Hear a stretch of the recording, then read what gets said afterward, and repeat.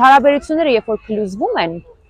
զույգերը նստում եւ սկսում են բարձրաձայնել կետեր, որոնք ի սկզբանե պարզ են եղել։ Ի սկզբանե նրանք իմացել են, որ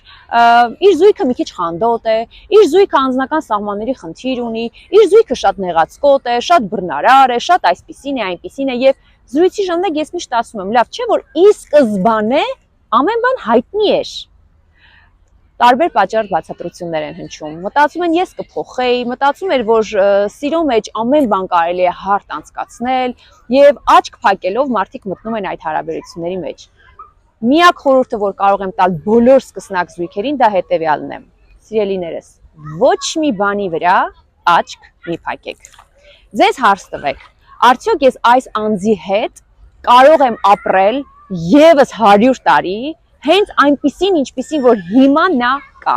որտեղ հաճախ դուք մտածում եք, որ հիմա այսպիսին է, բայց կփոխվի, վաղը ուրիշ կլինի, ես նրան կփոխեմ։ Չէ, հարց տվեք, այնպիսին, ինչպիսին որ նա այսօր է, արդյոք ես կարող եմ նրա հետ երկար ու ձիգ տարիներ ապրել, նա չի փոխվելու։ Եթե այդ հարցի պատասխանը ոչ է, ինչու եք մնում այդ հարաբերության մեջ։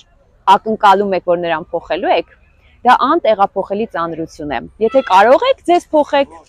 Դիմացինին փոխելը անիմաստ պատասխանատվություն է, որը դուք ստանձնում եք, եւ դա բերելու է հիասթափության, մեծ հիասթափության։ Հարաբերությունների ամենասկզբում ուշադրություն դարձրեք կարևոր հարցերին, խոսեք դրանց մասին, քննարկեք, լուրջ վերաբերվեք, որ հետո հիասթափության առաջ չկանգնեք եւ իմ կարիքը չունենաք։ Իսկ ովքեր որ արդեն այդ փուլում են, կարող եք զանգահարել 095 51 44 54 հեռախոսահամարով։ Մենք միասին կփորձենք հասկանալ դուք ձեր կյանքի որ հանգրվանում եք կանգնել,